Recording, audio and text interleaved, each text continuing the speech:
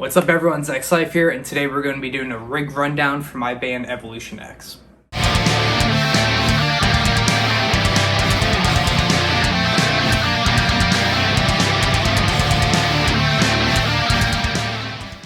So I just heard from Nate, who's the manager of the band, and we have some shows booked for this year already. I am super stoked for the summer and what it's going to bring. I am so tired of being cooped up in this house and not being able to perform live, so this is going to be amazing. You know, when I joined the band back in June, I was really hoping that we would have more shows booked, even with the whole pandemic thing going on.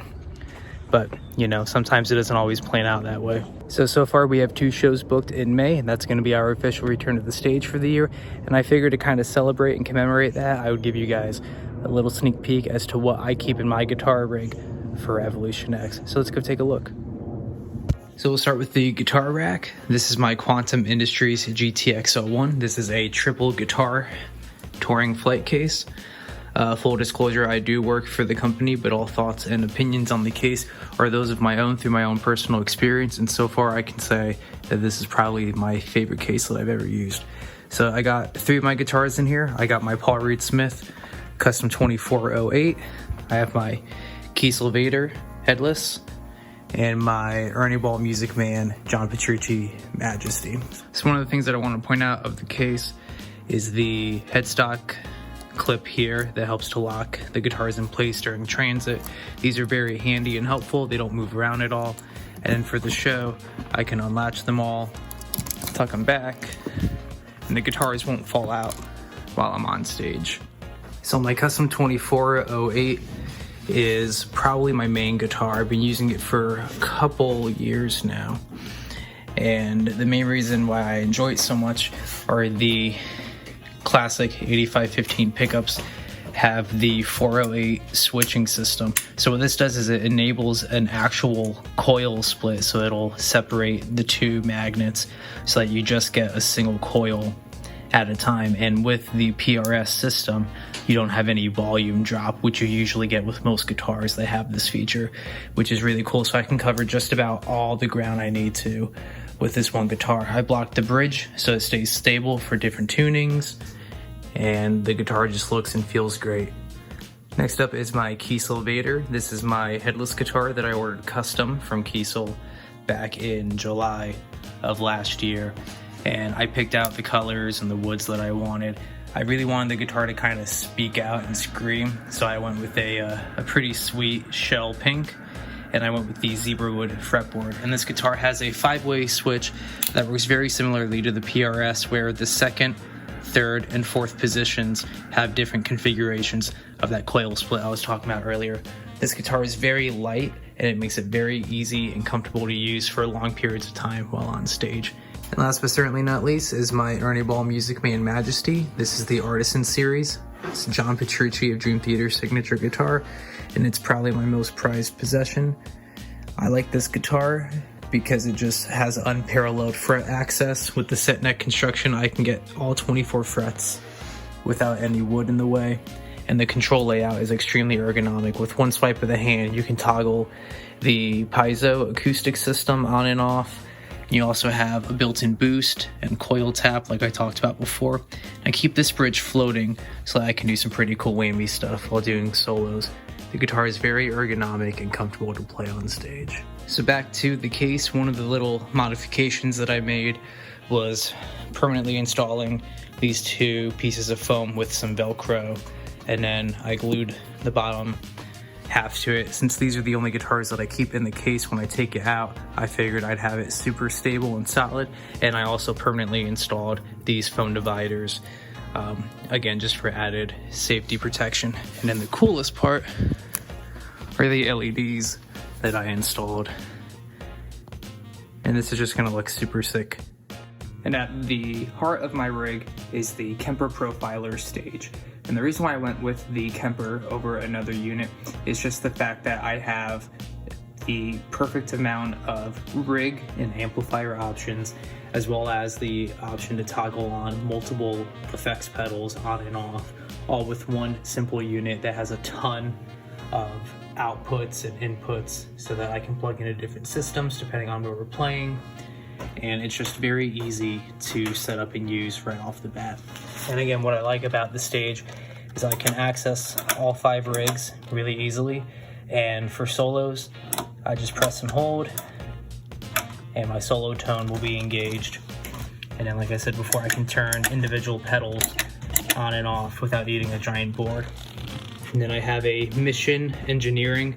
This is a spring-loaded expression pedal, so it always comes back up when you're done using it. I use this for my wah-wah, and then if we ever do Killing in the Name by Rage Against the Machine, I'll turn on my whammy, and it'll shift the pitch up to 2 octaves for the guitar solo. And when you check out the back here, I use just the main input. I have the main outputs, which we run into the splitter in the in-ear system.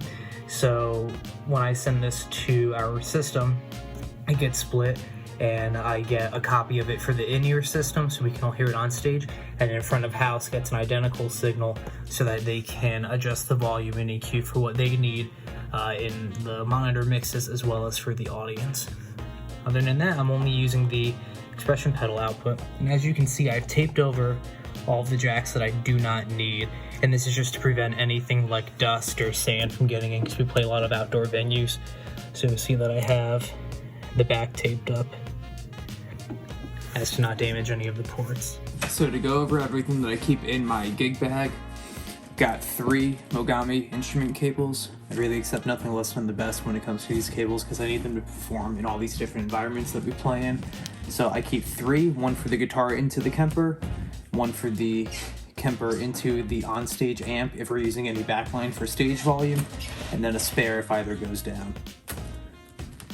And we've got our 2 XLR cables. Again, one to plug the Kemper into the splitter, and then a backup, and a 25-foot power cord. You never know where the outlet's going to be at the venue, so you got to be able to reach it.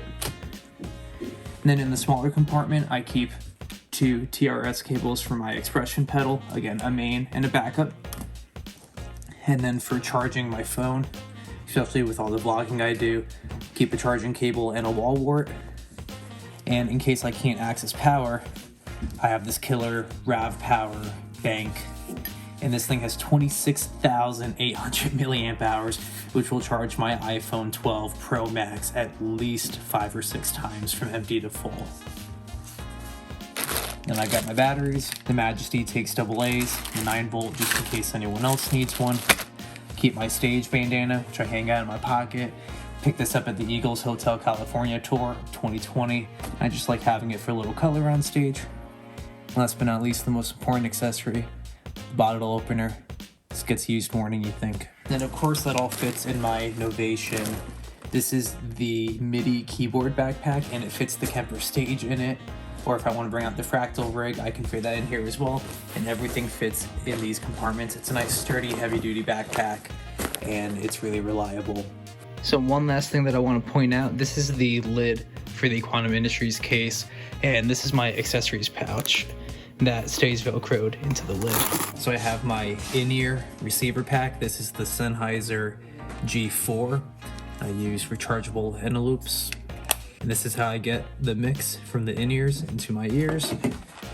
For the earpieces, I'm using my Shure SE425s. These are dual driver inner monitors, and they conform to your ear, so it blocks out most of the stage volume and reduces about 39 decibels so you don't hurt your ears on stage.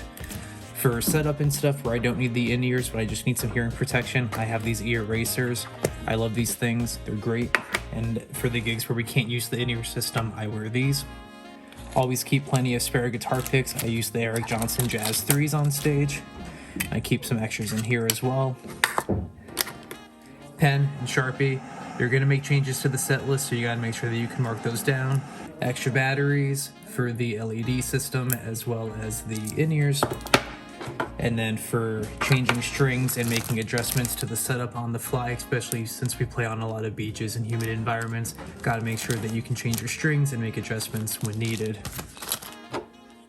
For tuning backstage, I have my TC clip-on tuner here, and then the Remy bar for the Majesty in case I want to use it.